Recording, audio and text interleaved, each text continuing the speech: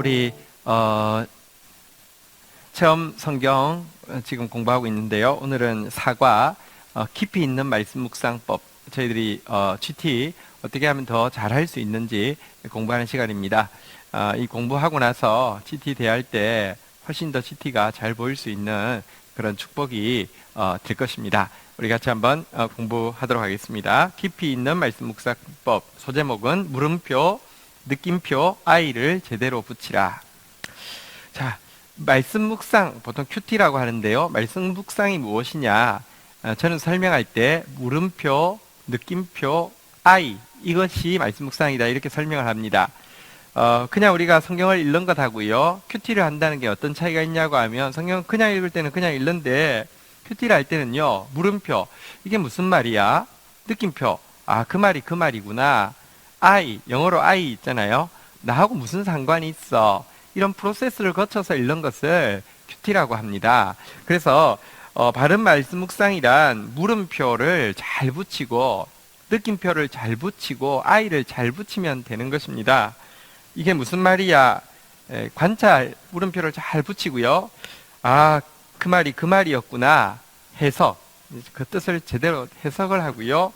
I, 그게 나하고 무슨 상관이 있어? 적용이라고 하는데 적용을 잘 하는 것이 바른 묵상입니다.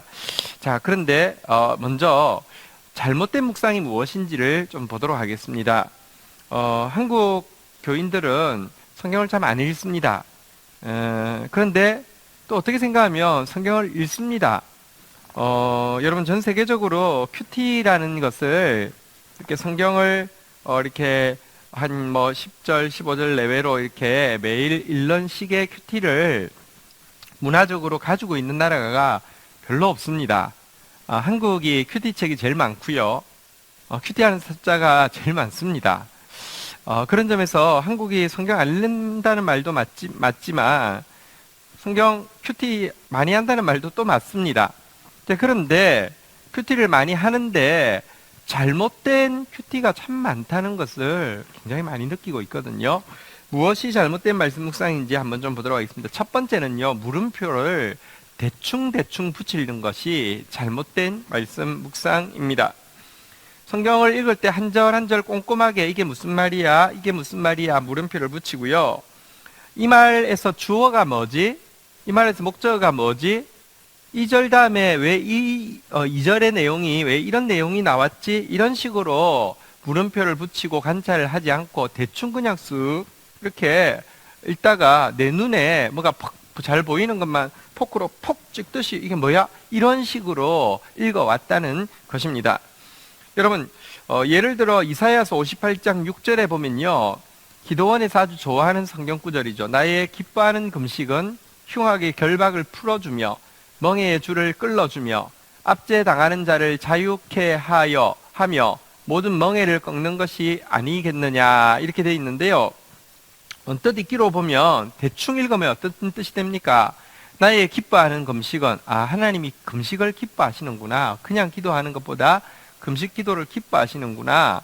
흉악의 결박을 풀어주며 멍에의 줄을 끌어주며, 금식 기도를 하면 뭔가 흉악하게 결박되어 있는 것이나 멍에가 있는 이런 것들이 끊어지는구나. 예를 들면 우리 남편이 바람이 났는데 이 흉악한 음란 마귀가 우리 자식이 게임에 중독되어 있는데 이 흉악한 이 게임의 멍에가 끌어지려고 하면 내가 금식을 해야 되는구나.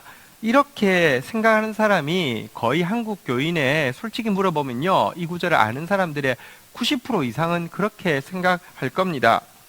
그런데요, 이거하고 아무 상관이 없는 내용입니다. 그 다음 절을 보시면요, 58장 7절에 보시면요, 어떻게 되어 있습니까? 또 줄인 자에게 내 식물을 나눠주며 유리하는 빈민을 내 집에 들이며 벗은 자를 보면 입히고 또 내 골육을 피하여 스스로 숨지 아니하는 것이 아니겠느냐라고 하면서 너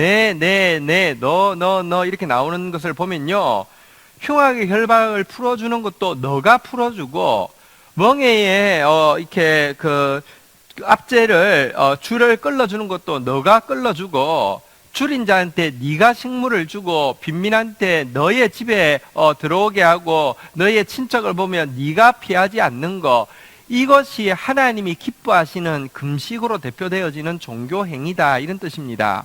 무슨 말인지 알겠습니까? 하나님 기뻐하시는 종교 행위란 무엇이냐고 하면, 내가 신앙생활 하면서 가난한 사람에게 고리대금을 한다 할지, 가난한 사람을 착취한다 할지, 그리고 줄인 자, 빈민, 친척들이 난처한 일을 겪어서 나에게 오면 숨고 피하고 모른 채 하고 이렇게 하는 거, 이렇게 하지 않는 것이 하나님 보실 때 금식과 같은 진정한 종교 행위다, 이런 뜻입니다. 주어를 제대로 보니까, 앞 뒷구절을 보니까 그 의미를 아시겠지만 대부분의 사람들은 물음표를 이런 식으로 붙이지 않고요. 지금도 금식 기도원 차에 옆에 그렇게 써놨습니다.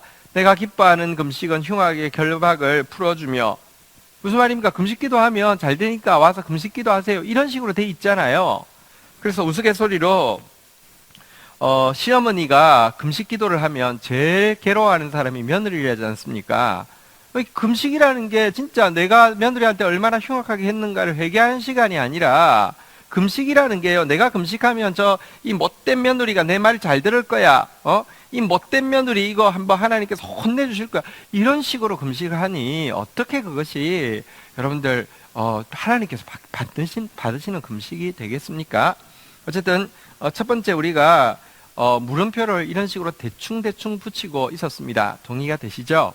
두 번째, 느낌표를 붙이는데요, 어떤 게 잘못된 느낌표입니까? 내 맘대로 느낌표입니다. 내 맘대로 붙이는.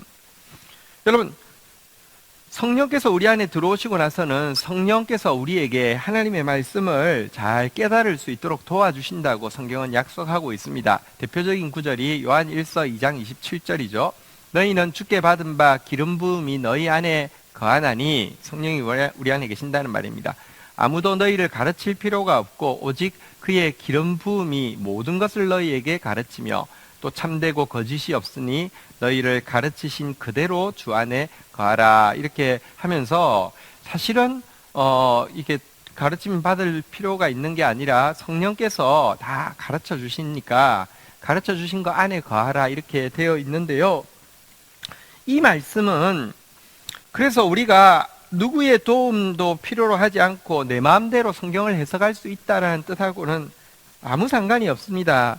이 구절도 앞뒤 구절을 보면 왜 이 성경 구절이 나왔냐고 하면, 그 뒷구절을 바로 보시면, 이 앞구절을 바로 보시면 이게 있잖아요. 너희를 미혹하는 자들에 관하여 내가 이것을 너희에게 썼노라. 무슨 말이냐고 하면, 여기서 너희가 아무에게도 가르침 받을 필요가 없다는 것은 성령께서 가르치고 계시니 이단자에게 이렇게 배울 필요가 없다.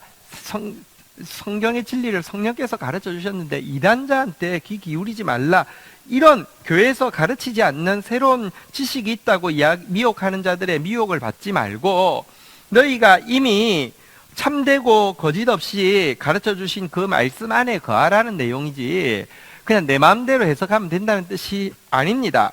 사실 성경에는요, 도리어 성경을 해석함에 있어서, 다시 말하면 느낌표를 붙임에 있어서 정말 신중하게 해야 된다고 가르치고 있는 게 성경 전체의 가르침입니다. 베드로후서 1장 20절 21절에 보시면요, 이렇게 이야기하고 있습니다. 먼저 알 것은 경의 모든 예언은, 그러니까 이 성경 말씀은요, 사사로이 풀 것이 아니니 네 마음대로 풀면 안 된다는 겁니다.